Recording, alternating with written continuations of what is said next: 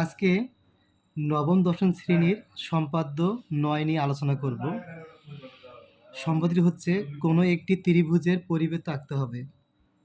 অর্থাৎ এবিসি একটি ত্রিভুজ নেব, এর পরিবৃত্ত আঁকতে হবে। অর্থাৎ এমন একটি বৃত্ত আঁকতে হবে যা ত্রিভুজের 3টি বাহু দিয়ে যায়। প্রথমে আমরা এবিসি একটা ত্রিভুজ অঙ্কন করব। তাহলে আমরা প্রথমে যে কোনো ব্যাস দিয়ে টানবো, টানার পর আমরা এখানে চিহ্নিত করব, করে আমরা একটা ত্রিভুজ অঙ্কন করব।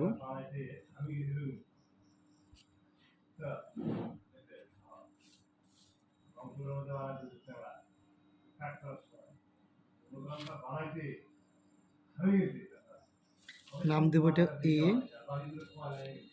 B C. এখন আমরা ত্রিভুজ অঙ্কন করলাম, অঙ্কনের বিবরণ দেব এখানে নিচে।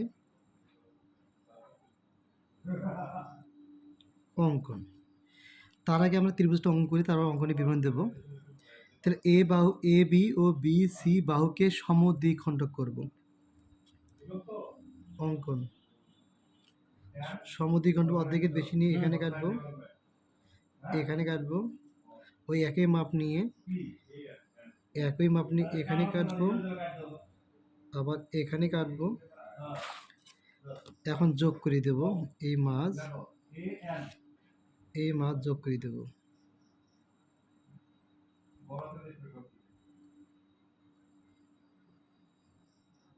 যোগ করে দেব।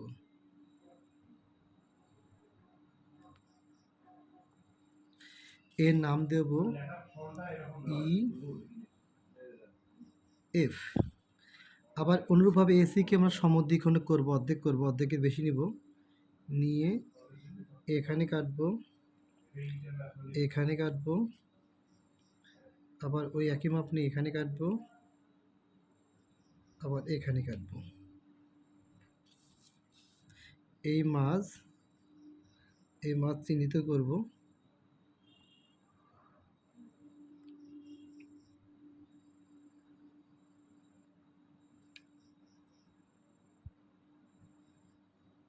যোগ করে দেব। এর নাম দেব এম, এর নাম দেব এন। ই এফ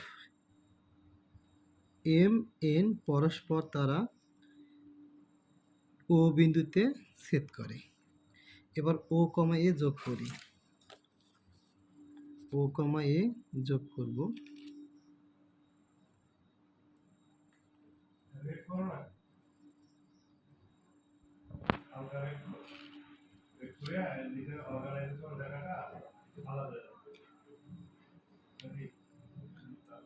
ও কমা এ যোগ করি। এখন ওকে6 কেন্দ্র করে ও এর সমান ব্যাসার্ধ নিয়ে একটি বৃত্ত আঁকি। ও একে কেন্দ্র করি, ও একে কেন্দ্র করে আমরা একটা ওকে কেন্দ্র করে ও এর সমান ব্যাসার্ধ একটি বৃত্ত আঁকি।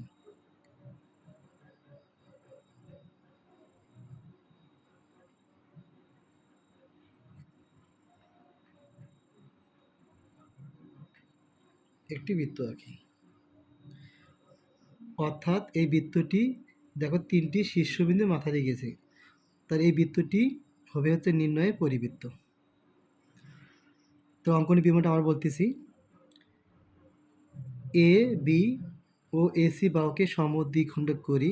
ই এম ই এফ এবং এসিকে সমদ্বিখণ্ডক করলে কি হবে? M N. E F M N পরস্পর তারা ও বিন্দুতে ছেদ করে। ওকে কেন্দ্র করে ও এর সমান ব্যাসার্ধ নিয়ে একটি বৃত্ত আঁকি। এটি হচ্ছে নির্ণয় পরিবৃত্ত। ধন্যবাদ।